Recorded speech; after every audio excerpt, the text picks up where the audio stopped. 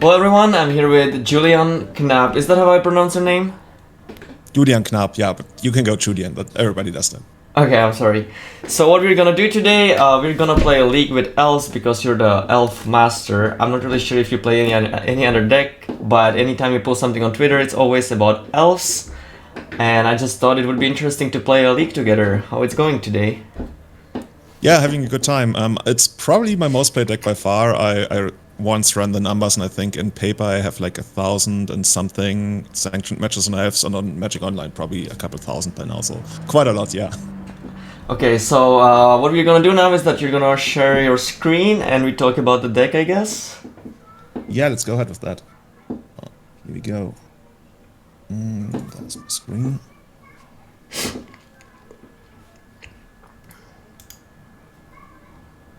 Can you see it? No, you can't see it right now, right? Yeah, I can see it, but I cannot make it bigger. Like the way you did it before was better. Maybe I Okay, let's do it that way. Here we go. Okay, cool. I'm just gonna make myself a little smaller. Cool.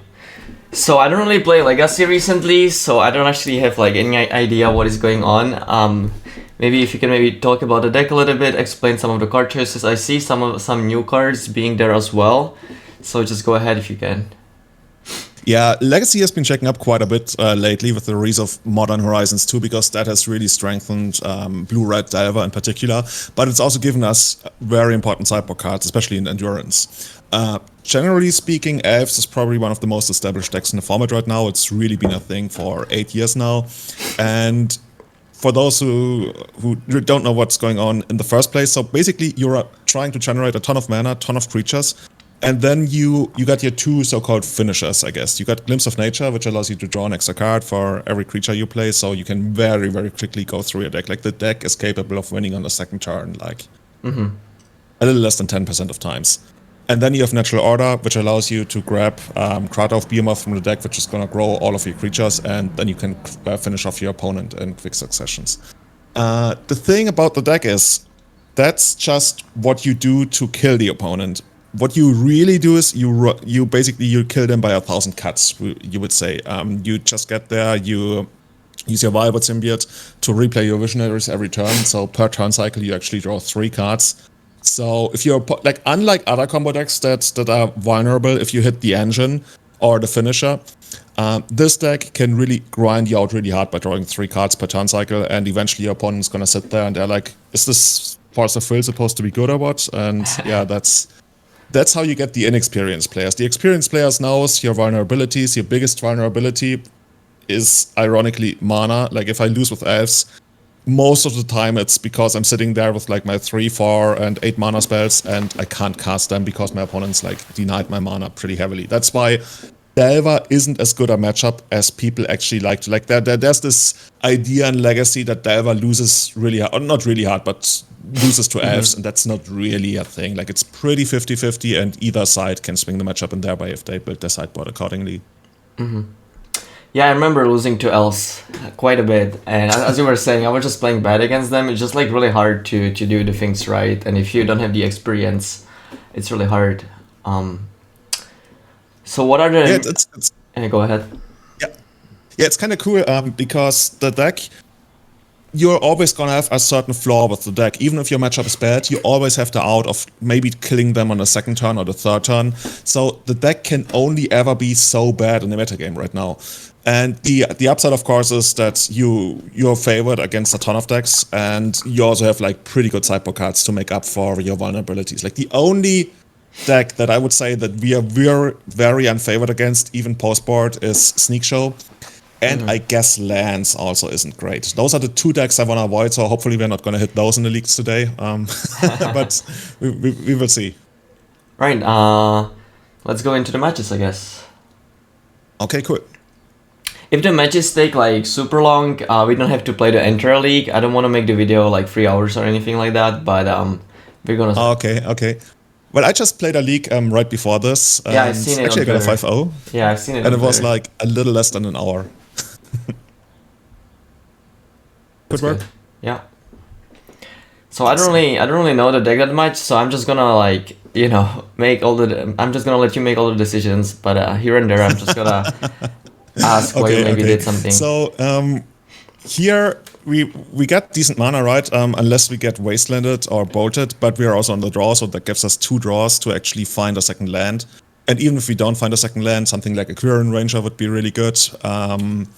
Even Nettle Sentinel would be decent, but it's all gonna depend on what the opponent's playing. Like right now, I don't want to sit across from Delver. I want to sit... Yeah, Death and Taxes, that sounds good. Yeah. Even though Death and Taxes we could struggle with, because if they hit our Bayou, that's not really great for us. Then we really need to top deck a land. But at least they didn't have turn 1 Otherwild, because Otherwild is really annoying. Okay, please don't port me. Okay, they don't port me. Thalia, we don't really care. I wouldn't mind finding Cradle or something now. Yeah, that would be pretty good. Okay, this is not what I want to see, because now I can't natural order for it anymore. But yeah, we're basically just putting a ton of stuff to the board right now. And we are hoping to find ideally Cradle or at least another land. Because even if we just find another land, we can run out the Visionary, and then we're going to have 3 mana with the Heritage to it. And right now our creatures are even protected with the Wild Symbiote. So I don't love this spot, but it's not bad. There's a chance that our opponent ports us, which is going to give us extra value if we actually do find the Cradle. We find the land, that's still good, because then we get the 2 mana with Birchal Rangers and Visionary. Is this generally a good matchup? It's one of the very, very best, even though it's gotten a lot worse because they started playing Spirit of the Labyrinth, but we are their worst matchup by far. Mm-hmm. Okay, so here technically, oh, they put it in 4. Okay, great. We don't care about 4. At least since we have Kratos in hand now. We could send it for Dryad Arbor. I don't love that. I'd rather play the Visionary, because that, like I said, gives us another out of finding Cradle. You know, I like Cradle. And how many Cradles are you actually playing? Are you playing 4? 4, yeah, 4. There's nothing else you can do here. So by the way, there is like a weird interaction between Zenith and Thalia, right? Not so weird. It's just that you pay 1 more mana. Oh, okay, it works differently than I thought. Yeah, that's Chalice. That's Chalice, right? Yeah. I just messed up. Well, Chalice is also 3 mana. The weird ones are, you know, like Sunburst for Engineered Explosives. Oh, that's what I meant. I'm sorry. That's what I meant. Or or Prismatic Ending is also a weird one. Okay. That's the latest one. Okay, now we are slowly getting to a point where we better start doing something, because next turn they can actually put Chitta into play with Stoneforge and not pay the Thalia tax, and then actually connect because of the Giver of Runes. So what we could do to stop that is we could replay the Birchlaw Rangers as a color. Oh no, they can't. Yeah, they can do colorless as well, but they can't do. Okay, never mind. I guess we just take that. Technically, we could bounce this for the replay, but I don't think we're in a position where we are constricted by cards. We are 100% constricted by mana right now. And we might actually lose this game depending on what we draw. Like, we could use a Nettle Sentinel, because Nettle Sentinel is going to untap and be really good with the glimpses. Yeah, it seems like you need to draw something. Yeah, Cradle. Come on. Okay, Nettle Sentinel. Okay, that's a really good thing. Now we're just gonna start the glimpse chain. Just trying to understand whether I can go for 1 or 2 glimpses.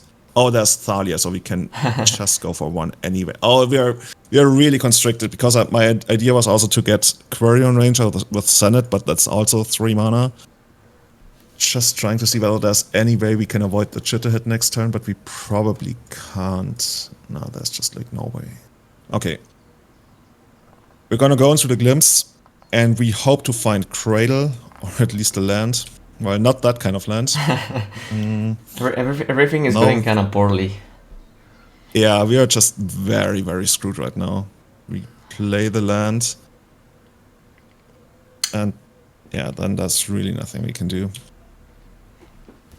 But that's just how you lose against them sometimes. By the way, did you notice I mentioned that when I lose with Elves, it's usually because I'm very constricted on mana, and up until the very most recent turn, it felt like we were really struggling to have some good mana.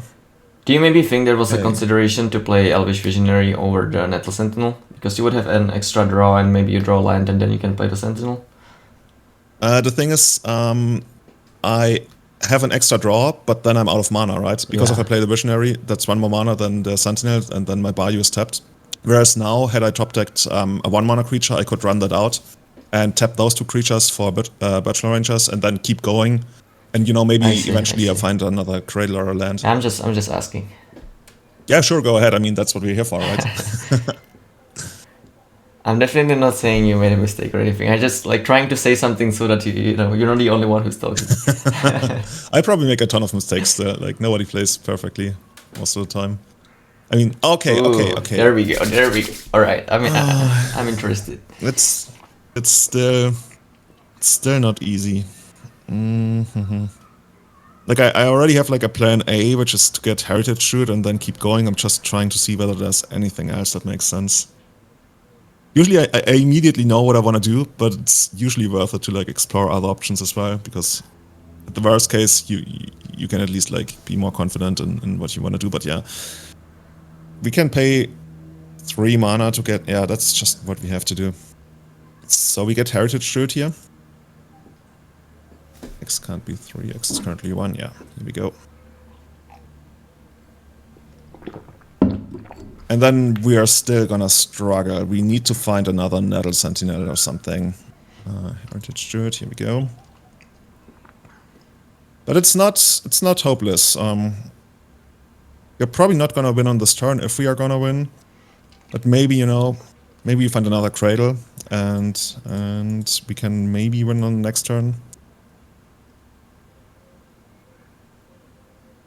Okay, now we need a 1 mana elf. Yeah, that's something.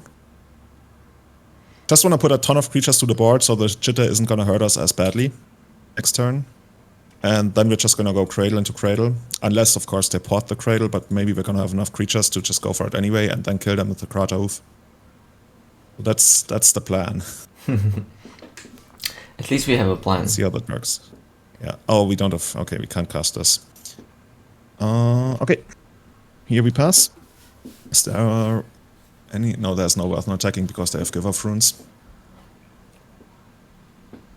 I'm just not used to playing these type of decks at all. I'm always playing like a mid-range decks and stuff, so I'm just completely lost.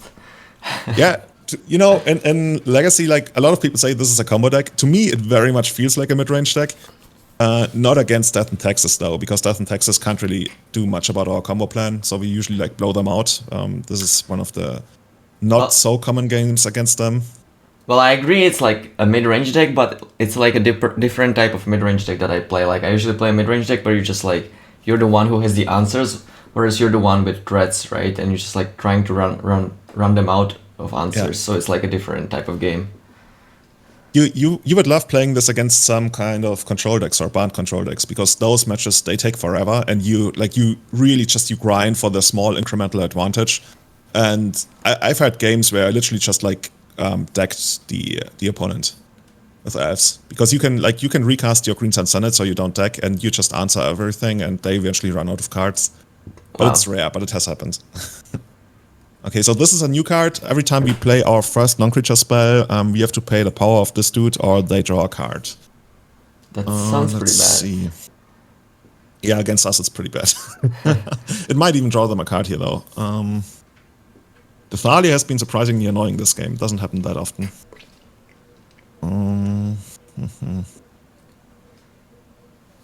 There's not much we can do here. We can get another Heritage Steward and run out the Visionary. I think that's our best bet.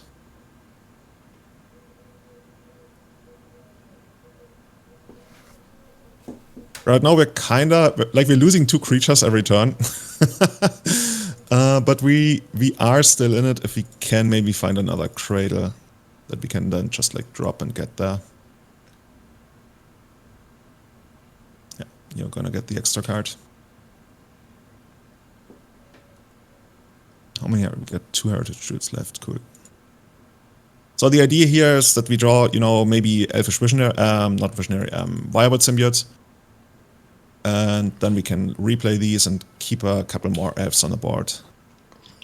Okay, we found a cradle, but I'm not sure it's gonna be enough. We're just gonna pass. So next turn we are probably gonna lose, I guess, the Dryad Arbor and the Heritage to it, and then we're gonna have 1, 2, 3, 4, 5, 6, 7. So we are 1 creature short, which means we would need to top deck Birchlow Rangers, which is in the graveyard already. So we would need to top deck the last Heritage to it, could do it, and maybe Senate, but I'm not sure Senate does it because that's costs 3 mana and it adds 4 because of the cradle. So actually maybe Senate does it as well, but we will see. Or maybe they are crazy and they don't part us. But if they don't part us, they're probably gonna play something devastating for us. But there's nothing in the main deck that would actually be devastating, so there's no reason to tap out. Yeah, Heritage Druid from the top, that would be nice. Natal Sentinel. That's not enough, right? 1, 2, 3, 4, 5, 6, 7. Any other way? At this point, we're also down to 6 life, so eventually the life total becomes a concern as well. 1, 2, 3, 4, 5, 6. So next turn they get rid of these 2, and then we get 1, 2, 3, 4, 5, 6 mana once again. Well, 7 actually. Do you play only one Dryad Arbor? Probably, right? I played 2, Oh, but really? yeah. You usually play 2 because they're pretty good with natural orders. Sometimes you fetch them and you immediately sack them and your opponent can't use a removal spell. I see. And you wanna send it for them early on, so usually the second comes in quite handy. You do sometimes side out the second one when you side out your natural order package, which happens quite often. But we will see. You usually still keep it if you're playing against Delver, because against Delver your mana is just so important. I wonder whether they're gonna Alpha Strike me now. Or, okay. They probably should have, maybe. Yeah, I don't know. yeah, I would lose a lot of creatures, and at this point, really my only out is to just cast a Crowd Oath.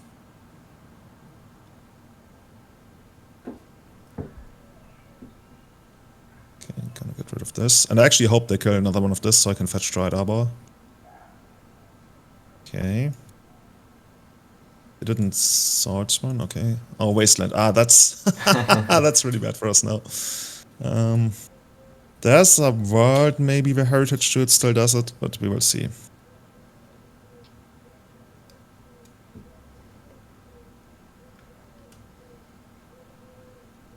We're gonna lose this one, then we cast Heritage Druid, then we get 1, 2, 3, 4, 5, 6. Yeah, Heritage Druid would actually kill them, but it's a one-off in the deck at this point, I think. Come on, let's do it. Already.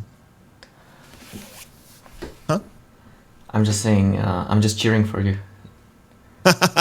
Okay. 1 in 36. Glimpse, nah. 1, 2, 3, 1, 2, 3, 4, 5, 6, 7. Yeah, actually without Wasteland we could have gotten there, but yeah, 1, 2. It's exactly 7, yeah. Okay.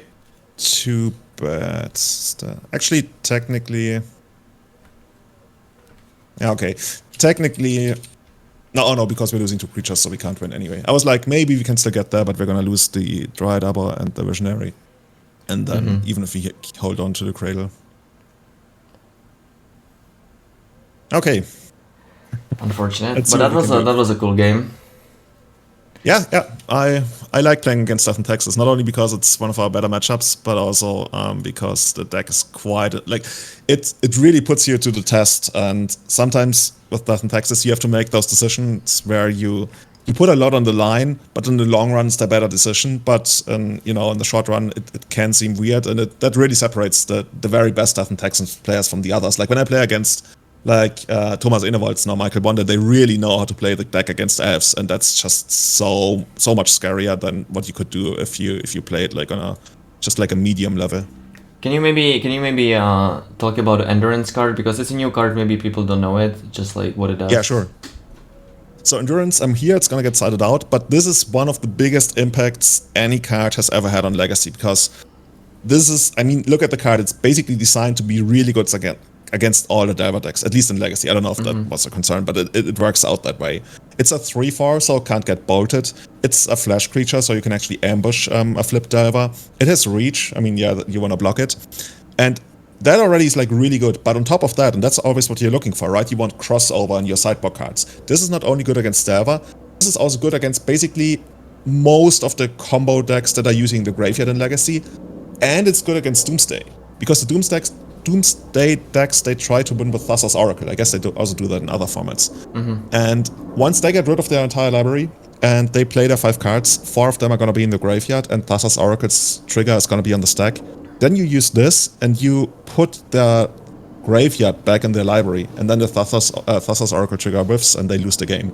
So this is a unique card in that it's good against Delver, against graveyard combo decks, and against Doomsday.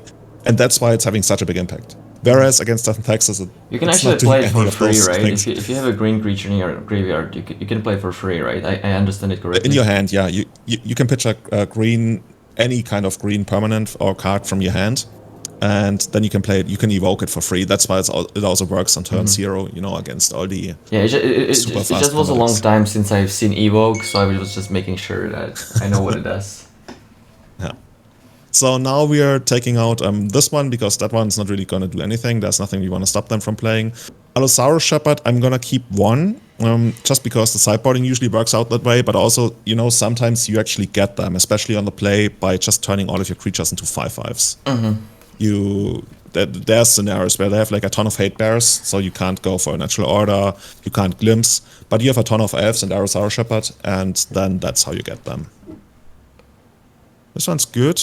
This one's good. I usually separate my cards to be like mana on the right side and like business on the left side. Do you do that in real life Magic as well? In my hand, not so much, but I have certain. Actually, let's run it out like this. Why is it better to play the Zenith and not the Elves?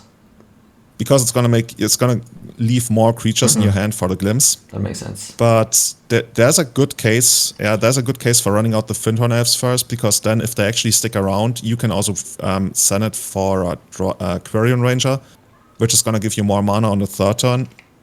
But there's basically upsides and downsides to both of them, and I think it's actually pretty close. I think on the play, on the draw, I would very much lean in favor of Green Sunset, because that would mean they can't turn 2 Containment Priest it. Because like if you keep it for your 2nd turn and do something with it, and they have 2 mana up, and then you don't really want to play it into Containment Priest. Just like right now, I don't really want. Actually, I guess I can fetch. I can fetch Dryad Arbor, because if they actually do want a Containment Priest in response, then I just fetch a basic land. Okay, cool. And I like fetching Dryad Arbor here because it's gonna give me more mana in case I draw a Cradle. Cradle. I usually say Cradle is like playing a vintage card in Legacy. And that's just like part of why I love it so much. Is it normal that everyone plays 4, or do some people play less than 4? Okay, yeah, okay. I think if I could play more, I would play like 5, maybe 6. It's really good. I see. You side out some against control decks, because they become like a real grind, and they also don't attack your mana, so usually like if you play 2, that's fine. But overall, it's really good. And here I'm really just like trying to get more stuff on the board, so my next turn can be really good. I don't think we're gonna win this turn, but at least, you know, this is gonna put my opponent in a weird spot, because they're saying something in chat. I was scared till the end of the last game. Do they play any sweepers in a sideboard, like Cataclysm, for example, or something? So these days it's rare that they have Cataclysm. It's also so against Elves. Like if I have Progenitus, that's not really great for them. They can play that. Sometimes people play Holy Light, which is like 3 mana. I think it's a sorcery. All non-white creatures get -1/-1. I've lost to that card, but that's super rare. But Cataclysm does exist. But it's actually rather rare that they actually do bring it in. Maybe they should. But it's pretty rare these days. These days the cards we fear the most are Containment Priest, because that's going to stop our Senates and our Natural Orders. And also Spirit of the Labyrinth. So I was actually like really happy to not see a turn 2 Spirit of the Labyrinth. Yeah, he just didn't have anything. Yeah, and since they didn't flash and Containment Priest at end of turn either, and they must have drawn... Actually... Maybe they had this on the 1st turn, but they wanted to Swords to Plowshares on the 1st turn, and then they wanted to keep up Containment Priest on the 2nd turn, so maybe they didn't draw this just this turn, but... It seems like it a little bit. Yeah, I think they would have flashed in Containment Priest if they had it. Sometimes they try to get you. Oh, okay, that's another new card. What does it do? Thalia. It's basically Swords to Plowshares, kinda. Gains life equal to its power, yeah. It's another one of these evoke things. What are they actually targeting? Oh, it needs to come to play first, yeah. Modern Horizons had an insane impact on Legacy, it seems like. Yeah, there's I run a podcast, Everyday Eternal, and I think we talked in depth about 15 cards, but we could have probably talked about 20 or 25. Okay, what are they targeting? This one? Yeah, sure. I guess I should add mana. There's nothing I really want to Assassin's Trophy here that they could do this turn. This is actually super fine for me. This is one of my weakest cards in the entire deck, and I just got the 2-for-1 on it. And I'm gonna get another Dryad Arbor. It's also nice if I can fetch... Oh, yeah. Oh, wait, where's the second Dryad Arbor? Oh, they swords it on the first turn. Okay, sure. So they have 3 cards in hand now, and we can draw a ton of our Haymakers. Yeah, that one's really good. I think I'm gonna do it like this so I can keep up more black mana. And this one... You also have 2 trophies, so like maybe you just kill him with the 1/1s if he doesn't have anything. Yeah. The thing is, I'm still not 100% convinced they don't have... yeah, I understand. Containment Priests. I'm gonna run this one out because this is gonna maybe induce the Wasteland. Okay, they don't Wasteland, so now I'm thinking it's actually weird. If you wanna, maybe they wanna use the Wasteland for mana at some point. So if this is Containment Priest, at least I can Assassin's Trophy it. I think he has because it. Like you would think they would have something because they kept the hand, and they certainly didn't keep the hand for Solitude plus Swords to Plowshares. And they already had 3 mana last turn, so what's the deal? Like, what's your hand? I can't put together a hand here that doesn't at least have something, right? Like maybe he does have the Cataclysm or something, and he just didn't want to. I don't know. I mean, if they actually do play Cataclysm, then we just lose. Actually, do we even lose? Like, Etherwild is really good with Cataclysm. I wouldn't actually mind too much of that Cataclysm, because then we still get, like, we put land back into our hand, and we keep a creature around, and we have 2 Assassin's Trophies, and they lose a bunch of stuff. Okay, it actually is the Priest. So before blockers, I gotta take it out.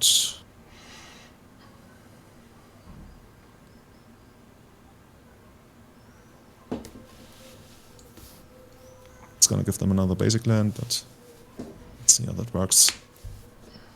I don't think we're gonna get there on just a beatdown, because eventually they're gonna find something like Recruit of the Guard, and usually that's just too much, because eventually that's like, depending on how much time you have, you can do like Flicker Wisp stuff. Okay, we just put that back into our hand. And eventually they're gonna find Stoneforge, and once they have Stoneforge, you're not really winning in combat anymore. But right now they're okay. The card's a little scary, but at least it's on the battlefield now, so we can Assassin's Trophy it eventually. Oh, another Wasteland. I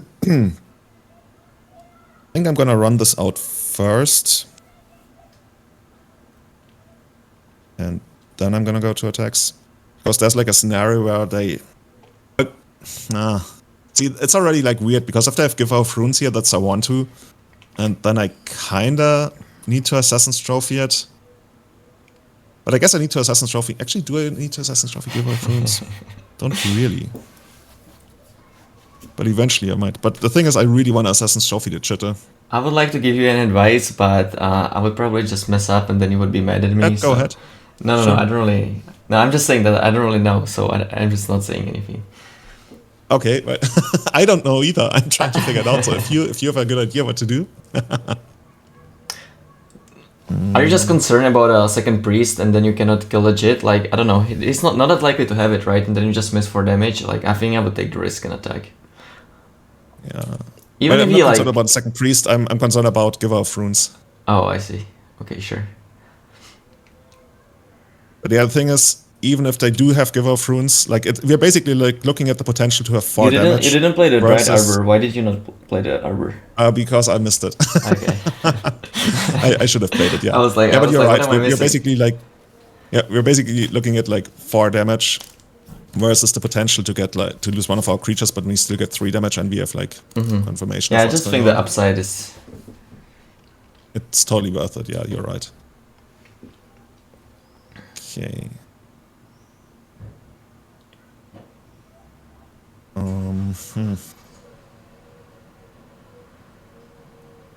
I kind of want to kill the Chitta later on, so they, you just like get the information advantage that's what's going on. But then if they have Flicker Wisp, actually they have 0 cards in hand, they would actually need to draw Flicker Wisp. So now I'm just. I could hit the creature, then Yeah, get I him was for like 5 thinking damage. about it. You could have also just kill the Jit and just attack anyway and deal 4 damage. And then on the following turn I deal like, well, depends on what they draw, I guess. I'm usually like quite confident just like sitting back, especially since they are top decking and they have so many bad top decks. Yeah, I'm not But saying you then if should they have done find that, the recruiter- it was just a consideration. I think since I'm running out of cards, I might actually do that here, but how does it work out? So we would like trade one of those. Other Dried Arbor is an exile. Thing is, we're losing a creature every time we attack, so they would probably block like one. Yeah, of the current I don't ranges. think it's good. I don't think it's good anymore. Yeah. So we deal like 7, 9, 10. That's assuming they don't draw anything. Just gonna wait. I think we are the ones who have way better top decks. We can't... Actually, even if we top deck Natural Order, we can just take out the Priest. Should you maybe kill the Jit immediately in case he draws Flicker Wisp? Yeah, I could, but then again... I'm just saying, I'm like, willing to I don't know gamble if it's on right that. or not. I'm just pointing it out. You could, but there's also like other stuff they could find that might hurt you, like other hate bears. And for example, if I draw Natural Order, I'd much rather hit the Sanctum Prelate. That makes sense.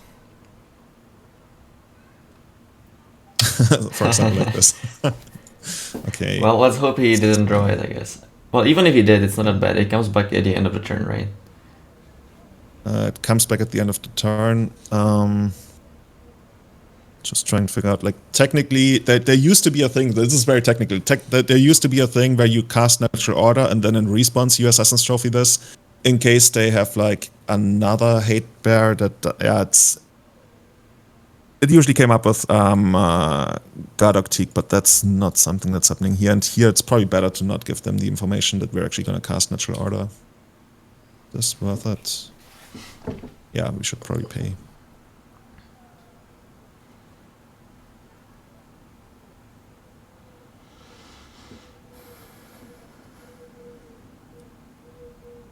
Okay, extra, you get the land.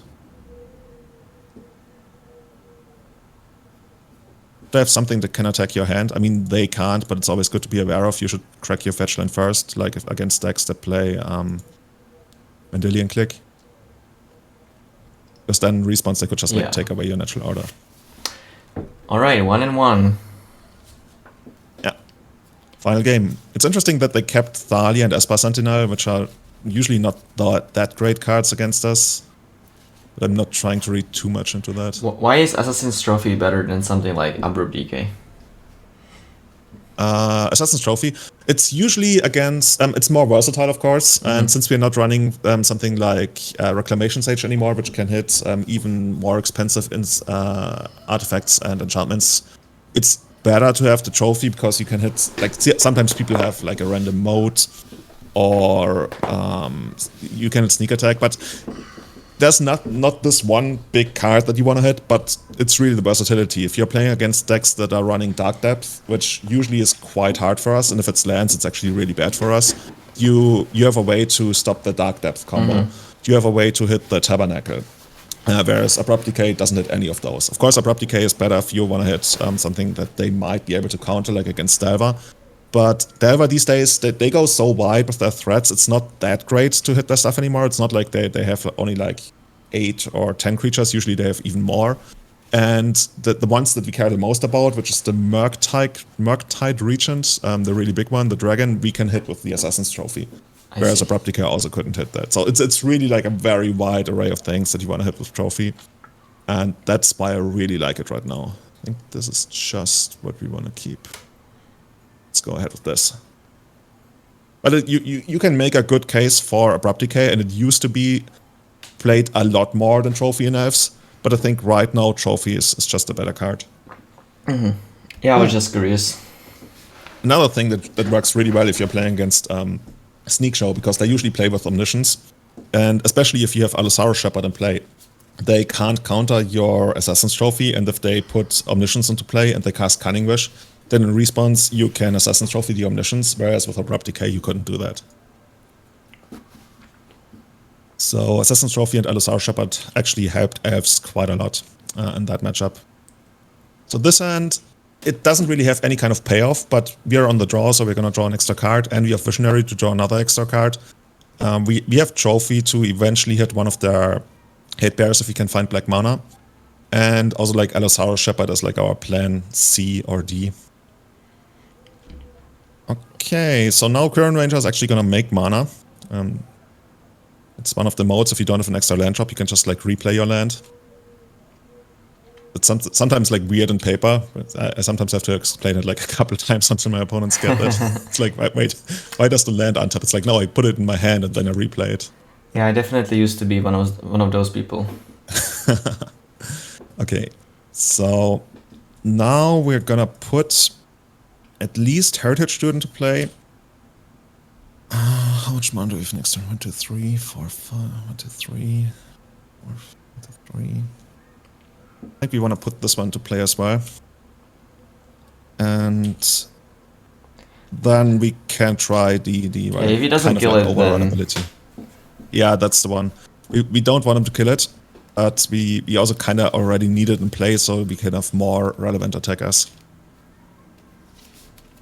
Maybe they're gonna have the weird Solitude card again. This is what I like about Elves, you know? We can draw Senate here, we can draw Natural Order, we can hardcast Behemoth, we can draw Wirewood Symbiote, we can draw another Visionary for our redraw. There's a lot of top decks you can have in the deck, so you often... We can draw Cradle, by the way, to just outright activate this. There's close to 20 cards here that would be really, really good, and that's like 20 really good draws out of 50, and I like that. Okay, Glimpse is the one, but I was about to say, this is one reason to keep this one in hand. But let's see, how deep can we go in the mana here? Something like this. Yeah, we can attack for like 15. We lose our land drops. Actually, we can attack for even more, because technically we could untap our... It's gonna be interesting. Go for this one. And we're gonna go for this one. And then we could untap our Nettle Sentinel by casting the Glimpse, but I think it's not worth it. It forces them to jump block, but I don't want to trade my... Like, I don't want to turn my Glimpse into a removal spell for Esper Sentinel. I think Glimpse he would also draw a card, right? So... we could pay, I think we had exactly 2 mana. Oh, okay. But, yeah. I think I just want to get him for 15 and put them on the back here. And then next turn, we basically have all the top decks I already mentioned, and now any creature is also going to be a good top deck because of Glimpse. That's like how I think about Elves a lot. Like, I always think about what can you top deck, what can you draw, and then you already like mentally prepare for like how would you like need to sequence your current turn to maximize the number of top decks and the impact they can have, versus like, for example, when we played this, we made a conscious decision that Glimpse is not going to be one of our best top decks right now. But then again, we got in for 15 damage, or like in this case 10. Okay, this is scary. This is gonna be almost with Chitta, okay. Okay, cool. So and then they flicker with the apparition, so at the end of turn it's gonna come back, and it's gonna take away another one of our creatures. But that's still okay for now, because we still have the second Heritage Shoot, but now we better draw something. Okay, that's a really good one. We have to pay 2 mana for this one, which is annoying because it means we have to basically play a land to play the creature. But from here we're gonna probably draw a bunch of cards. Hopefully. Yeah. We got 2 draws on this one, And then mana-wise, we are set. Now we only need creatures. Okay, that's a good one. We still need to find a way to finish the game eventually, like ideally on this turn. But yeah, depending what we draw, maybe on the next turn. Okay, this is the first stat.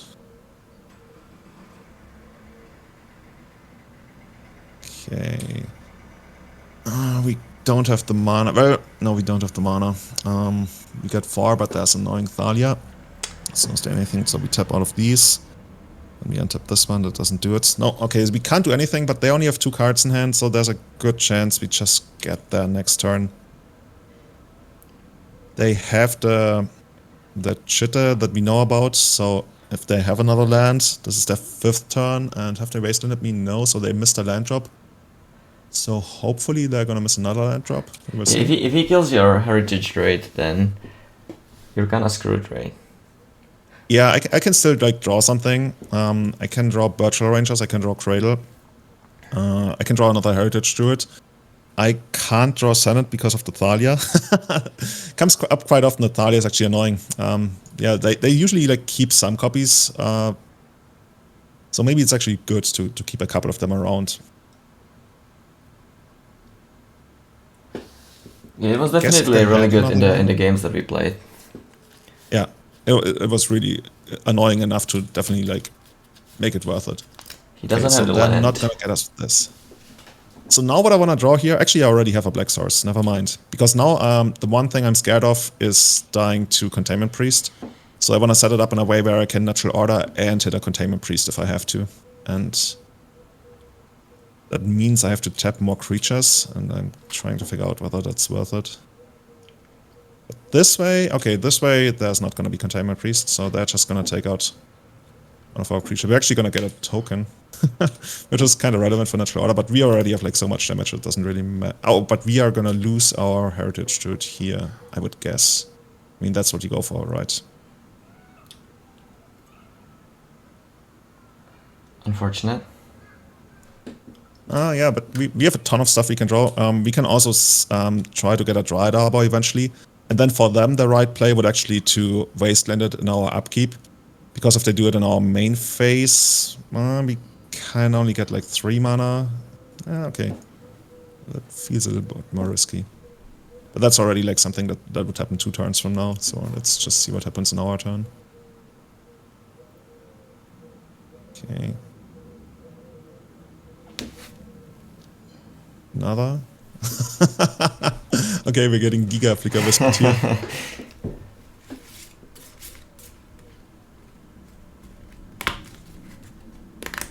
This one's gonna go away, and then they do it in end step. So end step, they hit their own apparition in their end step. It's not gonna come back until my end step, so I don't know. Come on. What is that? That's another one of the new cards. Every land turns into a forest, which is really nice because that way you can tap Cradle and then you bounce it with Crayon Ranger and you replay it and you can do it again. And you can also like tap your fetch lands for mana if that ever comes up, but that's one of the rare interactions. We have a ton of stuff, but we can't really do too much. And they have 9 power in the air. That's actually super scary. And we can't play our Assassin's Trophy, but by the way, going back to can you maybe just attack them? Because they're on 10, you say? Like if he blocks with the Flicker Wisps, then that's not that bad for you. Yeah. So how would they actually like the Stoneforge would eat one of the creatures, and then if they don't block, they take 2, 4, 6, 8. That's actually really good. Yeah. And then basically the idea is that they don't draw another land for Stoneforge, right? I mean, we can hope that happens. And at the end of turn, the thingy is gonna come back, and that's gonna take out maybe this one. Let's do that. I think that's probably the best bet right now.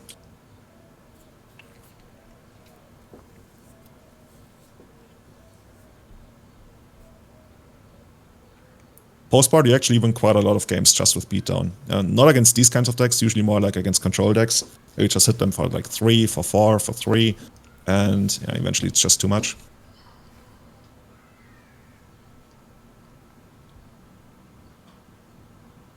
Okay, so if the Flickerwisp blocks, that actually changes their clock, right? Because now they have like 6, 12. Well, I guess Thalia, but we can always like somehow, some way jump block Thalia.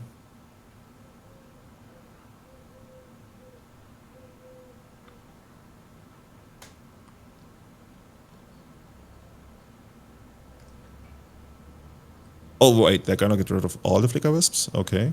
Or at least the untapped ones. Okay. Let's see. So end of turn, I don't know if they're gonna use this or this one.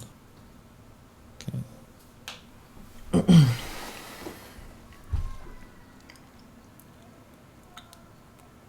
So if they tap their Wasteland, technically we can get to 4 mana next turn, but because of Thalia, that's not enough.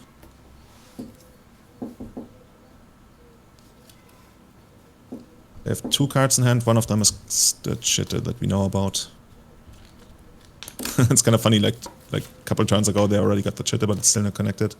But I guess the Flickerwisp and the Apparition value is basically the same, you get rid of a ton of creatures.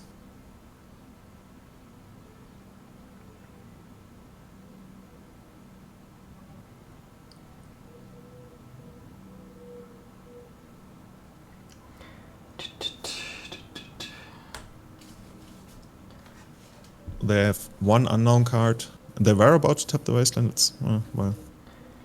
We're probably gonna lose, right? It's really hard to say right now, because now we don't really have any good attacks anymore, and eventually the Chitta is gonna become a thing. Or they're gonna take this one out. Yeah.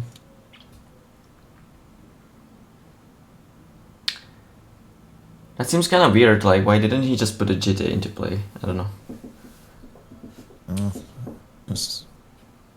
They're probably like scared of something that we could have, but I'm not sure what exactly. Okay, so we still have a. So now we can Assassin's Trophy something, which we probably shouldn't do right now, because then they can connect with the Chitta. Like, I was just like trying to see whether if we Assassin's Trophy something here, do we have any good attacks? But there's just You can Assassin's Trophy the Thalia end of turn maybe and play Nature Order. I guess he has Wasteland. So, yeah, doesn't work out. Yeah, without the Quarian Ranger, we definitely can't do that anymore. Okay, they found a land at least, so okay. This is okay. Actually, now we can't hit the Thalia because now we actually, if they equip on the Thalia, we can actually hit the Thalia, and okay, they equip on the Flickerwisp. Let's see. Probably worth it to hit the Chitta instead of the Flickerwisp like this. I think so. Yeah.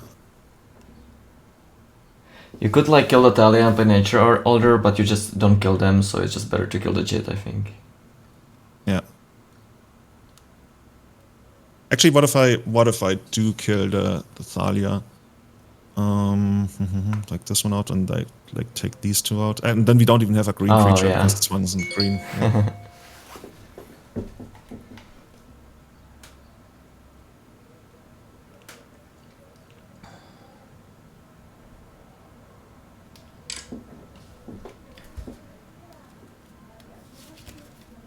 Yeah, if we find a Cradle here, we can just hit them for 16, and they got like 3 points of blockers, so that's easily enough.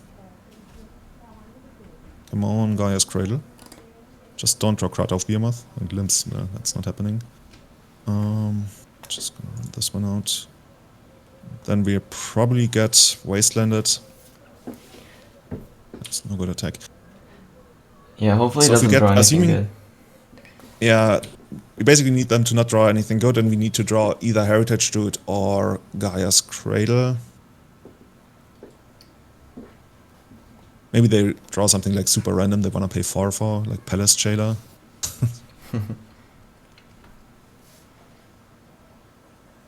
But at least like right now it's pretty obvious that we are building up to Natural Order since we like didn't use our mana. So either we got nothing or we got Natural Order. Oh, and they got parts? No. Ooh. Okay, it's gotta be Cradle then. Yeah, you got this. Oof, well that's not happening much. Should I even run it out? I could technically keep it for Glimpse, but that's just cycles. Getting is the 2/2 worth it? I think it's better to wait, but I'm not sure. Yeah, it's kind of hard because next turn, like, we're gonna go turn to 5. And then they can already, like, start attack. Like, they probably should already have attacked with Thalia last turn. Or at least they can still, like, do it on the next turn, because then it's gonna be just a Maybe it's better to play it. You kinda convinced me. It's kind of hard to say. I think I'm gonna run it out. Because, like, the way that we would actually, like, use this for Glimpse is that we find extra mana, which would be Heritage Druid. And if we do draw Heritage Druid, we can Natural Order anyways. So that would just be even more if you find Heritage Druid. And if you find Cradle as well, then that would also just be even more. Because we are already winning with this one. If we find the creatures, we need to make this one work with this one. So might as well run it out.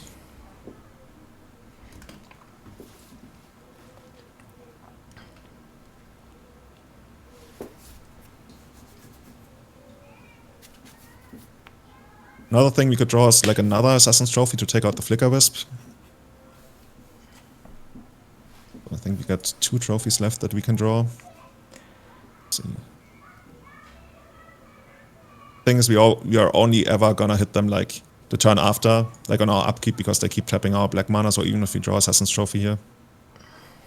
Oh, okay. So this turns into. They have 1 card in hand. I guess we have to ignore that. This turns into Heritage Druid. Yeah. And then the turn after we go for the win, basically. I'm just like trying to see whether there's anything else, but probably not.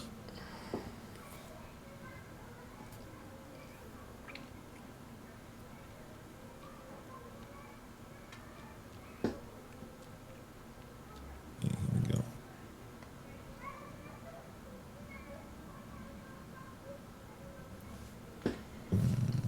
Yeah, everything dies to Thalia on the attack. I guess we could now. This one dies to Thalia, this one dies to this, and then we get to it. Yeah, no point.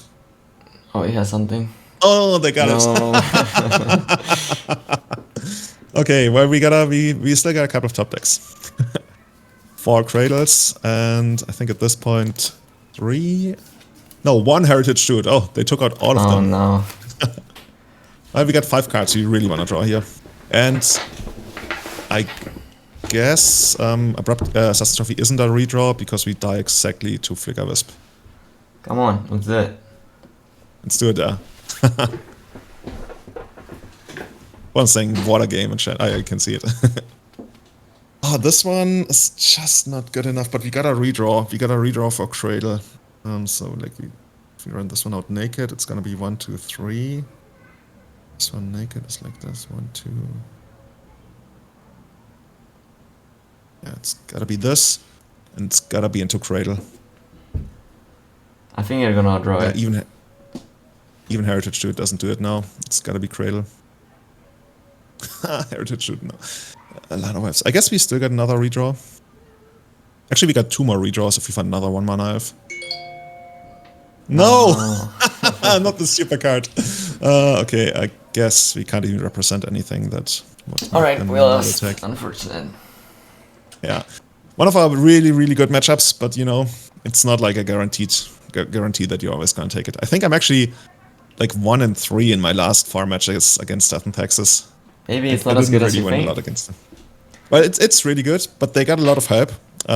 So that's certainly. I mean, this time the cards that helped them out weren't really like the new ones that were big. But yeah, sometimes you know how you go. I keep going back to the thing about elves. If you lose with elves, it's usually because of mana.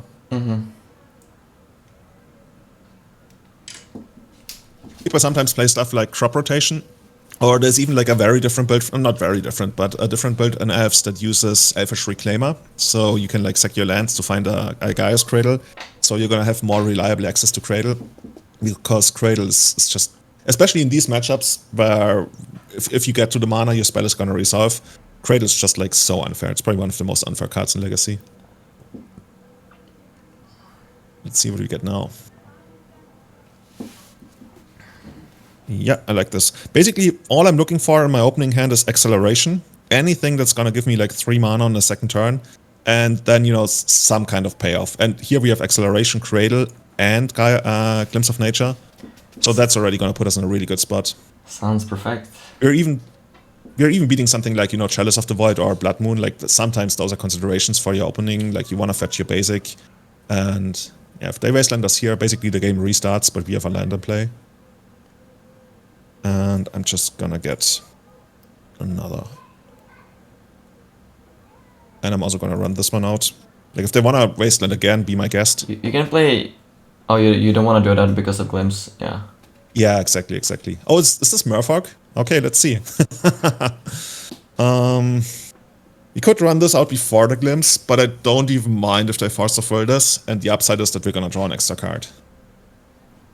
Okay, cool. GG. Yeah, this is pretty good. Like, for Murphog, there's only really one way for Murphog to come back. They started playing the Thassa's Oracle combo, where they play, I think it's called like Reality Shift or something, where they get rid of their entire graveyard, but I think they can't do that here on the second turn. I guess they can actually do it on the third turn if they ever get to that point. Okay, cool. And you have the second Cradle. Cradle is just so unfair. It seems pretty good, yeah. Yeah.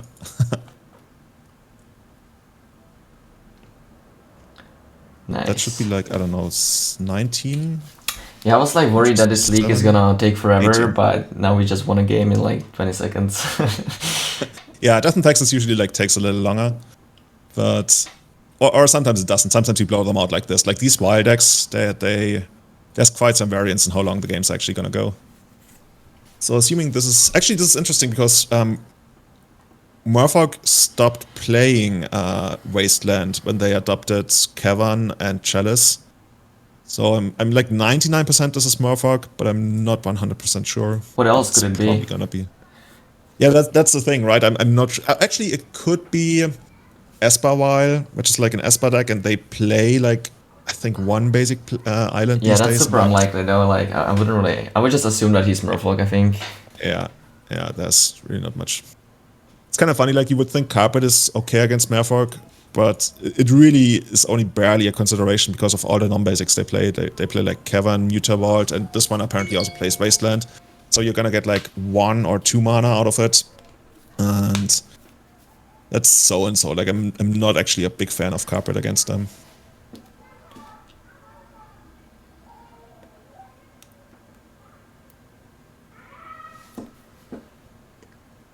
And I'm also not bringing in Collector Oath because that's really only against Y.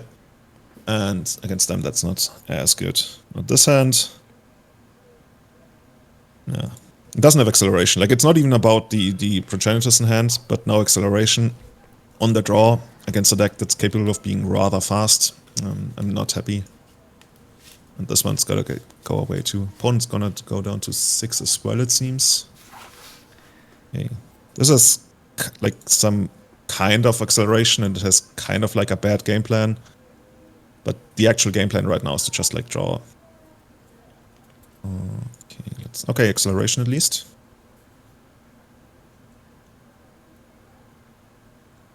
Usually they also don't have removal. They might sometimes have Dismember. And maybe they play that new spell, I think it's called Suspend, for 1 mana. They could play that. Oh, they play Gutshot now, okay. Wow. I guess, okay, if they play Gutshot, now the Wasteland makes more sense. Because that would tell me they might probably not play... okay, that's annoying. They might probably not play Chalice of the Void then. What does the Merfolk do? Just for 1 mana you can tap a land or something? Yeah, exactly. It's like a Reshaden Port on a Wow. Merfolk. This is also one of the new cards. Yeah. That seems actually pretty good. Yeah. It can be quite annoying, especially since Merfolk never really had like really good 1-drops in Legacy. We're gonna run this one off for a moment, and I'm actually gonna keep the Cradle here. I mean, the 1-drop is another reason why playing Wasteland makes sense, right? You just have like more ways to kill lands. Yeah, pretty much. That like everything, now that I've seen the Gutshot and this one, like everything makes a lot more sense. But if they miss the land drop, that's pretty devastating for a deck that's basically all 2 and 3 drops. Oh, I guess we're gonna get ported again. So now we could run this one out. I think we still wait a turn on the cradle because that's not. Oh yeah, this one. Yeah, I was just kick like the cradle. Okay, here we go. Now we're gonna put like all of those into play, and next turn we're just gonna overrun them with a bunch of dinosaurs. Actually, we could go. I think it's fine. Like I was gonna say, I can go for progenitors here, but I think the safer way to play it is just to wait. Okay, now I guess they're gonna tap out. Oh, they're not gonna tap. But you still wanna... Okay, if there's the better value for you... Oh, they don't want to do anything? Okay, then that's probably some kind of counter spell, I guess. I really don't know. Let's just play you can have like the 2/2 flash guy that taps a creature or something. And removes all abilities from it, right? Yeah. I don't know if they play that or not, but... The thing is, in that case, I should probably actually go for the natural order, because then that's going to be another blocker, and I think there's nothing they can actually do to stop the natural order here. Okay, let's say that it's really crazy. They have like 2 removal spells for my 2 shepherds and Force of Will. So I'm actually going to sacrifice my non-summoning sick creature and keep the summoning sick one around.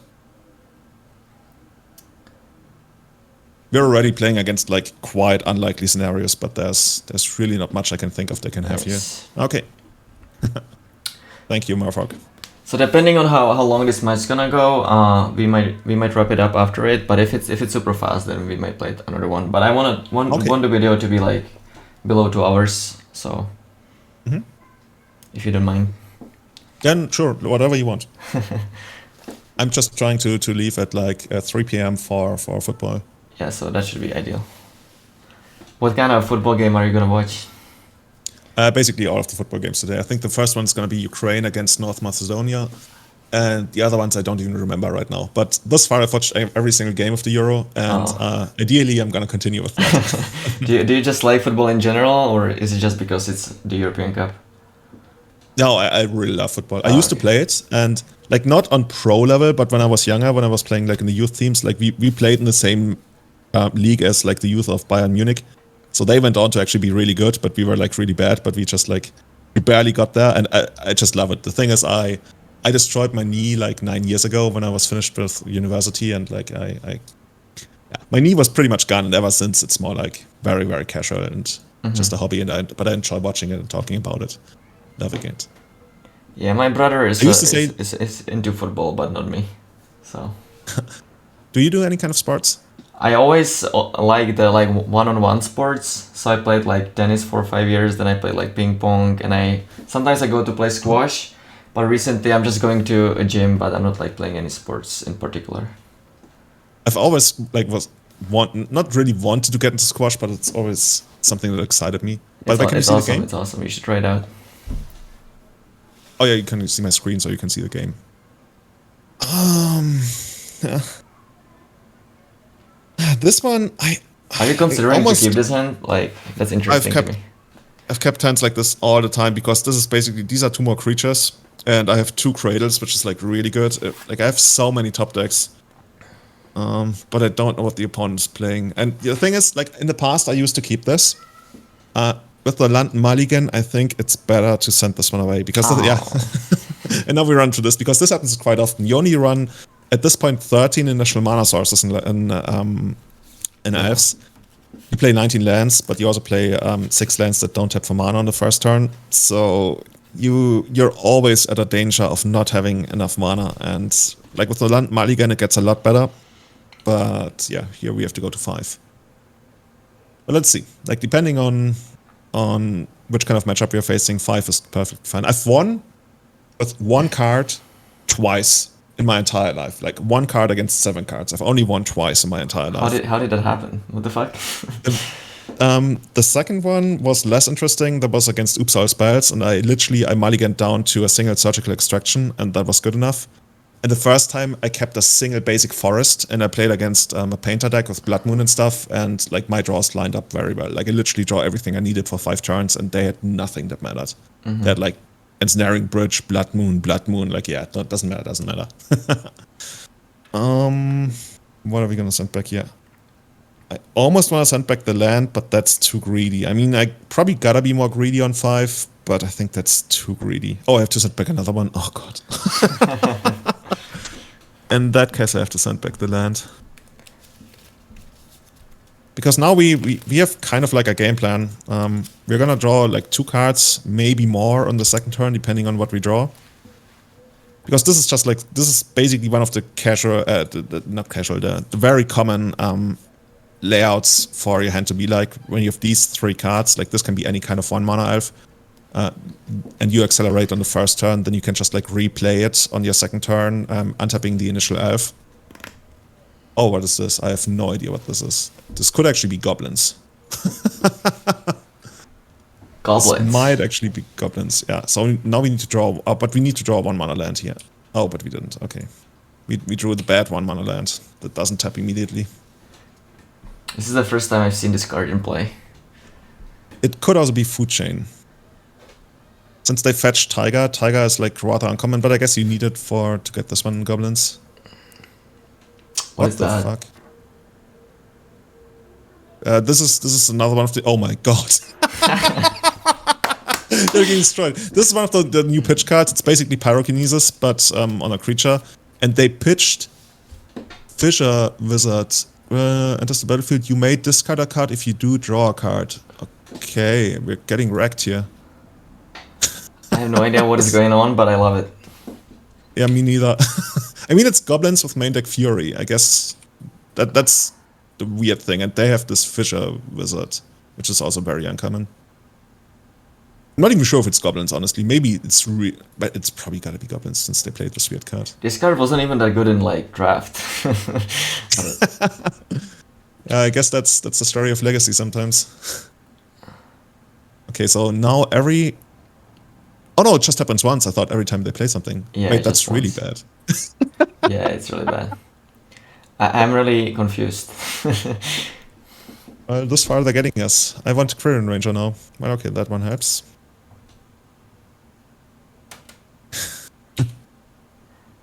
Don't even want to, like, that would be their dream if I traded my creature for this weird thing. I guess that was kind of like a free attack. I could have attacked, and if they really blocked, I bounced it and I replayed with Bayou. Wait. Oh my god. Yeah, well. I love it. I love it. It's also like... The thing is, this one also doesn't matter that much, but they have a thing that deals like 6 damage on attack now, because this has double strike. Oh, and they play that stupid... Okay, so they play this to put like their stuff into the graveyard. Oh, that's just like so bad. I'm loving it though. Yeah, we're just like gonna get wrecked. So here we take like 4, and next turn we're guaranteed to take like... 10. Oh god, this is double strike, so 10, yeah. Yeah, we're just like that. Nice. I love it. That was great. It was just like, it was just perfect. It was just perfect. Okay, so we definitely need...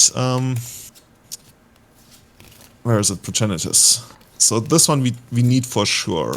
Because like these scrappy games usually come down to you barely get a natural order in, and then you just like have the better card. Mm-hmm. Do you still always keep in the behemoth? Not always. There's a scenario where I take out all my... It's actually the card that stays in the main deck the most though, because there's a scenario where I take out my natural orders, but I keep the behemoth against Delver. And when the Delver deck is rather slowish, I actually take out the behemoth as well if I have a ton of sideboard cards. And then I'm totally gonna rely on Allosaurus, Shepherd, and Glimpse. The thing is, if you do that, you wanna bring in your Assassin's Trophies, because even if you draw your entire deck, you wanna take out their flyers, so you can survive 1 more turn, and then get there. But yeah, that's not happening in this game. I'm wondering, the Endurance is probably not gonna be worth it. Like, they had the Reanimate thing, but I don't know, it doesn't strike me as something I wanna do. I'm actually considering the Thoughtseize, because that deck seems to have like a ton of bad cards. And do you think that they just play like Reanimate just like a value card, or do they like actually have like some scary stuff to bring back? Well, the thing they brought back is already kind of scary. That's true, but like it takes out basically my entire board. What I'm asking is that they don't probably play like a Grizzlebrand, right, or something. Oh no, I wouldn't think so. It's probably like weird because it has no other synergies with that deck. The thing is, it probably would still be good enough, but usually when people build decks this way, they don't. Because if they want to play Grizzlebrand, they usually play like Black-Red Reanimator. So this is more like psychology than anything, that I would think that they wouldn't put Griselbrand into this. I mean, they could still, but I'm not sure. I'm just like trying to think about what other sideboard cards they might bring in. They could have Plague Engineer, but probably not, since they already wreck us with the Fury, the Pyrokinesis thing. I think I'm just gonna run with this. Sounds Sometimes, good. you know, you can take out your late game, like taking out some Wild Symbiotes and Visionaries if they are really fast, but I have no idea what's going on. I mean, he played like a Noble Hierarch, Pyrokinesis card, Reanimate, and a 2-1. Like, kind of hard to know what's going on. Yeah. But that's why what I like about like the Natural Order Opportunities plan. Like most of the time, if you can get to that, and it's, oh god, yeah, this. Sometimes I keep this, but not here. Okay, this is playable. It's actually very playable. Just trying to see whether I want to keep both glimpses. So first turn we go for this, second turn we go this, untap, this. I think I'm gonna send the second one away. Because the other option would be to send the Visionary away, and I just like love value and stuff.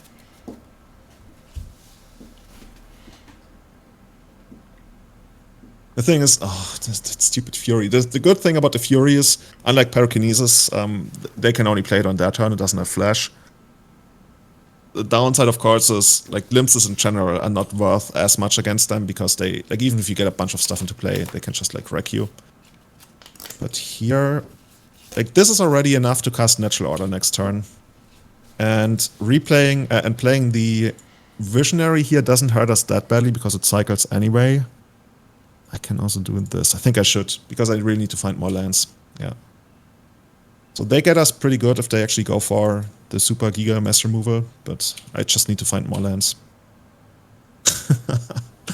Yeah, mana. Okay, let's see.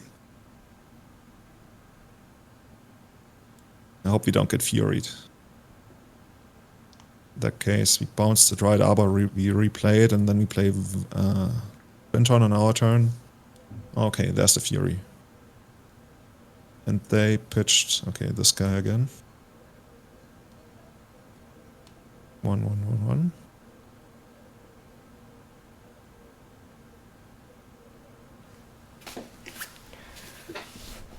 All of these new cards just making splash in Legacy. It's crazy. Yeah. There's so much stuff going on. And one of the biggest cards in Legacy we haven't even seen today, that's Urza's Saga. That card is really, really good. What does it do? It's the land saga, and when it comes into play, like the first chapter, it's just taps for 1 colorless. The second chapter, it gets an ability to activate it for 2 mana, and tapping it, you create a token that's as big, an artifact token creature that's as big as you have artifacts. Mm-hmm. And the third chapter is you sacrifice it and you get a artifact from your deck with mana costs 1 or 0. So not converted mana cost, so you can't get Lotus, what's it called? Yeah. Not Black Lotus, the other one, Lotus Battle? Bloom, I think. Lotus Bloom? Oh, okay. Yeah. So you can't get that. The thing is, you activate the second ability on the second turn, or the second time when you have it, and then on the third turn, with the third ability thing on the stack, you can activate it again. So you get 2 construct tokens out of it. And when you think about it, it's a land that eventually turns itself into usually Mox Opal, so even if you sacrifice it, you don't really lose it. And you get 2 giant tokens out of it. And that's a land, and like all of that stuff can't even be countered or interacted with in any kind of way. It's really, really good. Opponent's still trying to figure out what's going on here, I guess.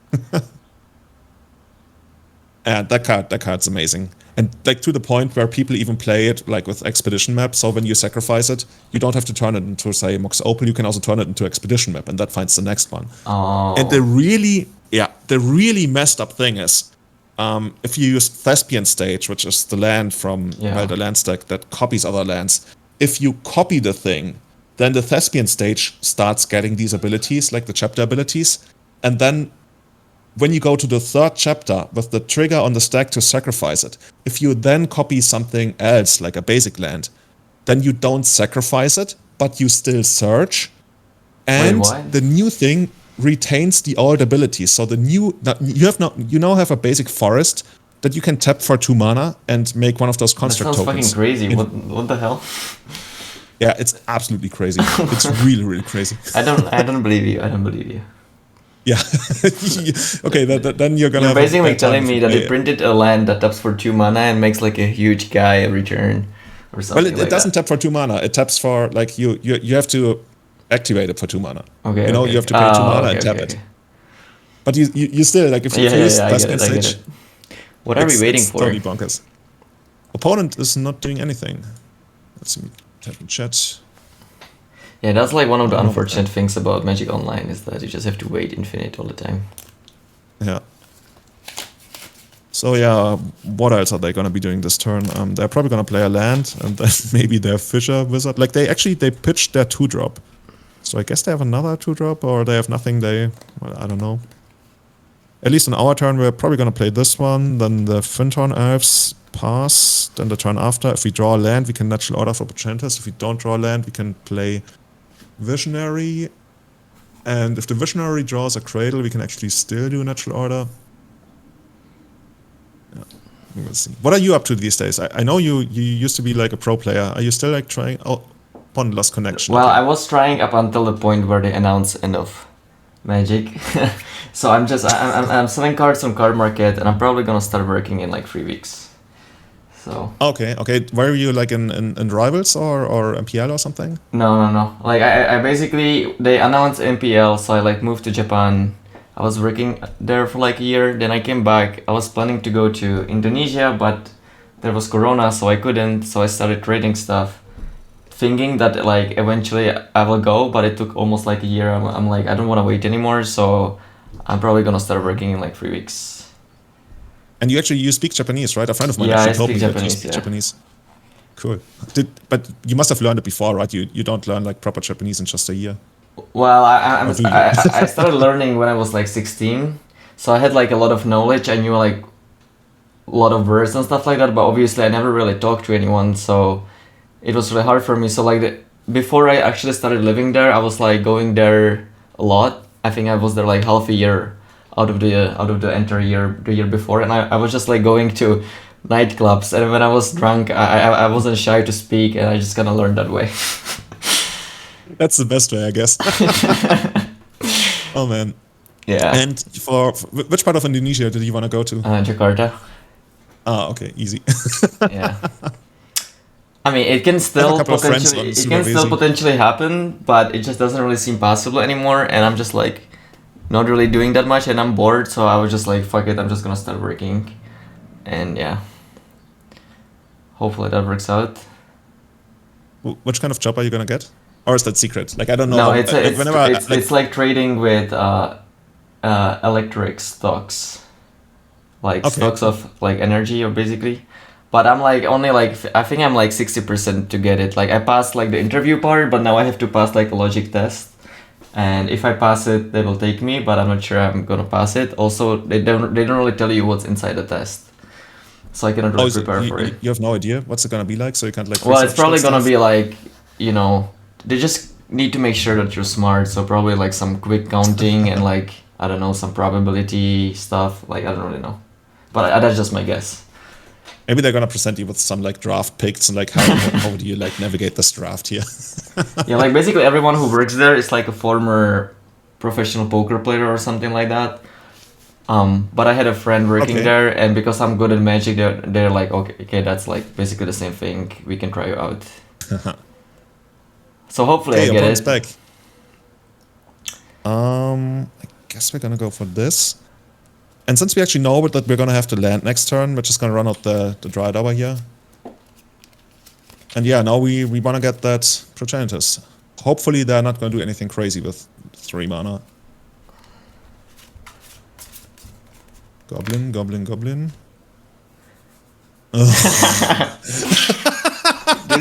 This guy is just like he just joined the league to snipe us, man. Is that you, maybe? Is this what you actually do on your videos? You just like snipe your guests with like weird brews. I'm crazy enough to do that.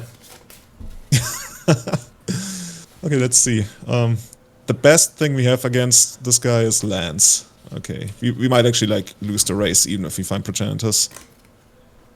We still have Dryad Arbor left. Actually, they can... Oh, this is so annoying. If we get, like, Dryad Arbor, they can just kill it, like, basically sacrifice a Yeah, I think they're goblin, just kind of create screwed. two...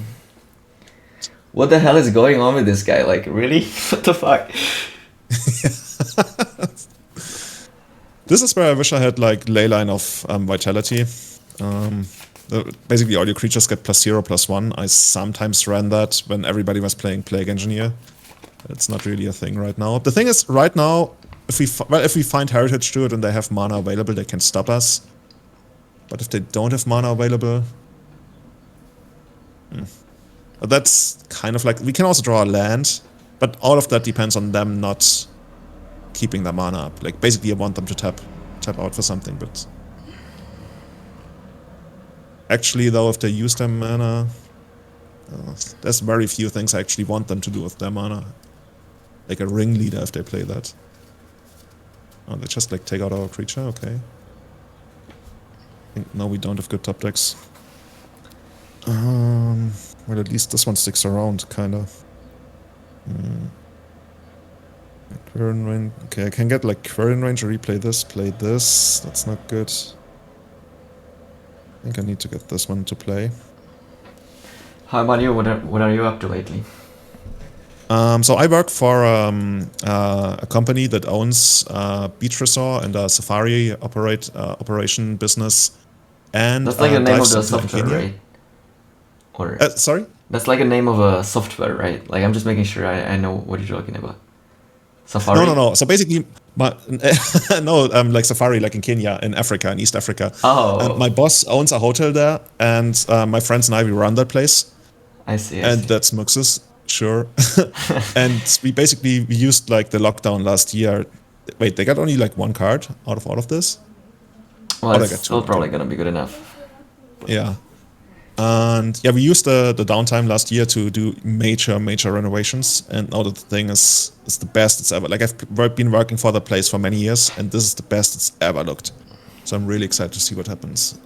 And that's just like, I guess I should just take this.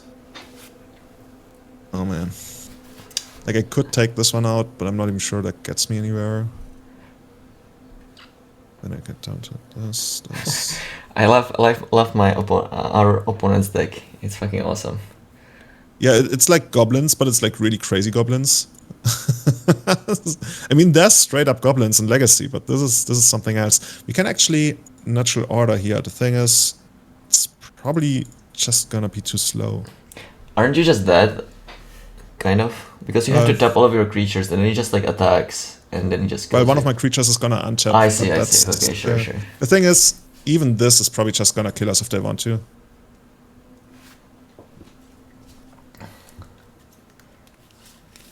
Like I guess next turn, so let's say the biggest one is this one that gets blocked, and then like I don't know, that gets blocked, so they get in for like 2, 4, 5, and then this one dies, so this is like 6 damage. Yeah, we were just like that here. I guess we get to survive for a turn, but I don't see us drawing anything that helps, especially since we have Kratos in hand.